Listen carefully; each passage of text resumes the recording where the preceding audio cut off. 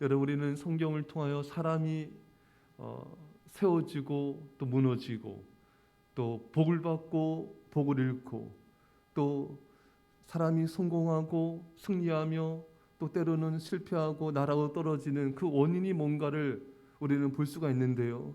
그 대표적인 원인 중에 하나가 바로 기다림인 것입니다.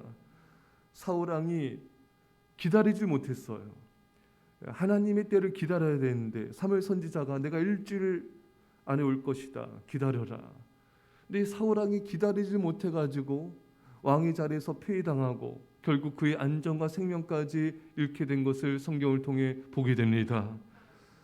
여러분, 우리는 이 오늘 기다림에 대해서 배울 텐데 이 사울이 왜 기다리지 못했을까요? 오늘 본문을 보면요, 백성이 사울에게서 흩어지는지라. 이제 블레셋과 전쟁을 치르는 상황입니다. 이 블레셋의 군사들은 해변에 모래알처럼 많다 있습니다. 그러니까 백성 두려워가지고 다 도망쳐 버리는 거예요. 다 흩어져 버리는 것입니다. 사람들이 자기에서부터 흩어져서 이제 병사들이 이제 싸울 병사들이 이제 얼마 뭉쳐 있지 않는 것입니다. 그래서 이 사울 왕은 대책을 마련하고 백성들에게 정말 조치를 취해서 이런 진열을 다듬고 전쟁을 쌓아야겠다. 그래서 자신이 번제를 드리면은 백성들이 모이겠구나. 이런 잘못된 착각을 하게 된 것입니다. 그것이 백성들과 자신의 생명을 보호할 수 있는 그런 일이라고 판단을 한 것인데 참 이것이 참 어리석었던 모습이었던 것입니다. 여러분, 이 사울 안에는 이 두려움이 가득했습니다. 이렇게 지금 적들이 좀 있으면 쳐들어와서 이 엄청난 군사가 몰려올 텐데 이런 상황에서 사무엘 선지자 올 때까지 가만히 기다려? 이것은 정말 너무너무 사울에게는 힘든 일이고 정말 죽을 것만 같은 일이었던 것입니다. 이런 상황, 급박한 상황에서 아무것도 하지 않고 가만히 기다린다는 것은 정말 너무나 스스로 보기에도 어리석은 일처럼 보였던 것입니다. 사울은 너무 불안했고 초조했습니다. 하나님의 말씀을 따라 기다린 것은 너무나 대책 없는 모습처럼 느껴졌습니다. 가만히 기다리고 있는 것만은 너무나 위험천만한 모습으로 보였던 것입니다. 사랑하는 성도 여러분, 여러분과 제가 인간의 지혜를 버릴 수 있기를 축원합니다. 우리가 말씀에 순종하려면은 인간적인 지혜, 인간적인 판단을 다 내려놓아야 됩니다.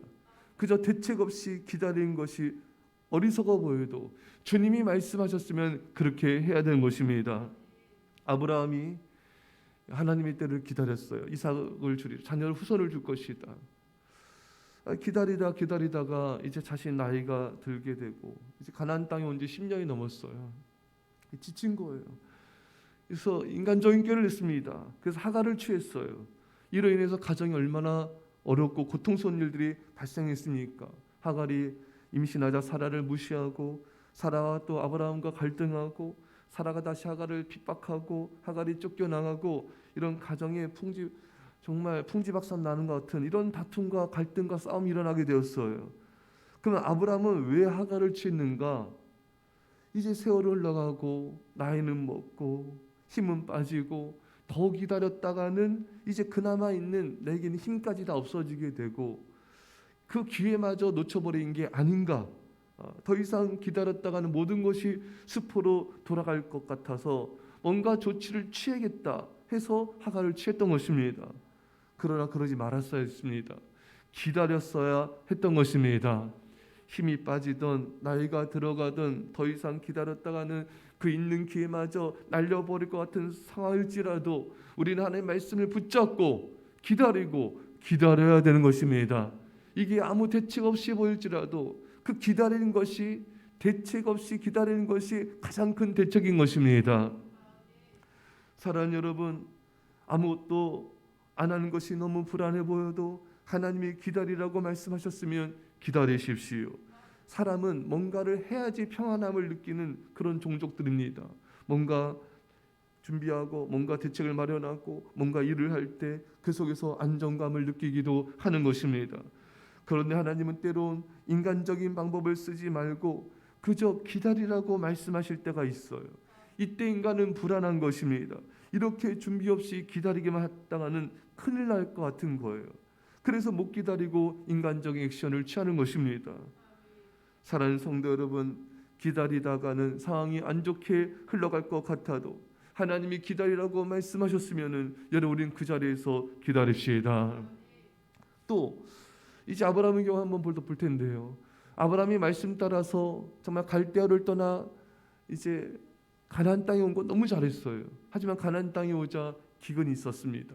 그래서 그 약속의 자리, 믿음의 자리를 떠나서 애굽으로 갔습니다. 애굽에 가서 이제 아내 사라를 빼앗기는, 바로왕에게 빼앗기는 이런 큰 일을 겪게 되었죠. 역시 아브라함은 그 가나안 땅 약속의 자리, 믿음의 자리에 있었어야 됐던 것입니다. 근데 왜 아브라함이 그 자리를 떠나서 애굽으로 갔을까요? 그것은 가나안 땅에 기근이 있기 때문에 여기서 계속 있다가는 굶주림이 심해질 것 같고 더욱 상황이 안 좋아질 것 같고 이러다는 정말 큰일 나겠다. 더 이상 기다렸다가는 안 되겠다. 이렇게 판단을 했던 것입니다. 사랑하는 여러분, 기다리지 못함으로 인해 일어나는 결과가 얼마나 힘든지를 안다면은 절대 우리는 기다림을 포기하지 않을 것입니다. 사랑하는 여러분, 기다리면 죽을 것만 같아도 주님이 말씀하셨으면 기다리셔야 됩니다. 오늘 본문의 사울이 무작정 기다리다가는 블레셋에 의해 몰살당할 것 같은 그런 죽을 것 같은 두려움이 밀려왔어요. 여러분, 그래서 죽을 것 같은 것 같이 느껴져서 기다리지 못했을 것입니다. 여러분, 우리는 죽을 것 같아도 말씀을 따라 하나님의 때를 기다려야 합니다. 대책 없이 기다리는 것이 가장 최고의 대책이라 말씀드렸습니다. 하나님 말씀 붙잡고 기다리면 하나님께서 다 알아서 이루어 주세요. 모든 것을 하나님께서 놀랍게 이루어 주시는 것입니다. 출애굽기 14장 13절에 모세가 백성에게 이르되 너희는 두려워하지 말고 가만히 서서 여호와께서 오직 너희를 위하여 행하시는 구원을 보라.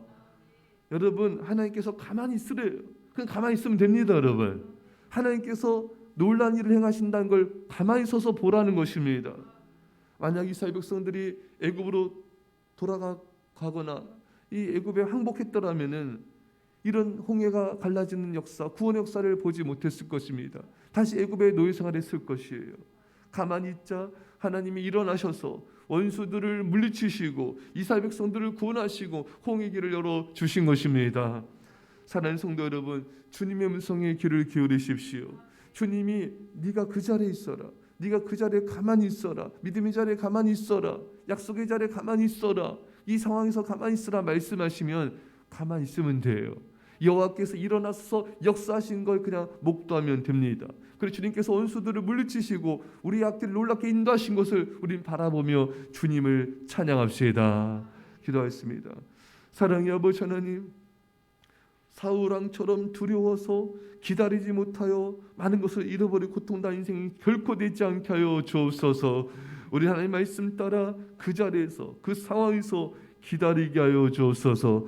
이 기다린 것이 아무 대책 없이 기다린 것이 너무나 무모해 보일지라도 주님이 말씀하셨으면은 아버지 그 대책 없는 기다림이 최고의 대책임을 깨달아 알게 하시고 온전히 기다림으로 주 영광을 보게 하여 주옵소서.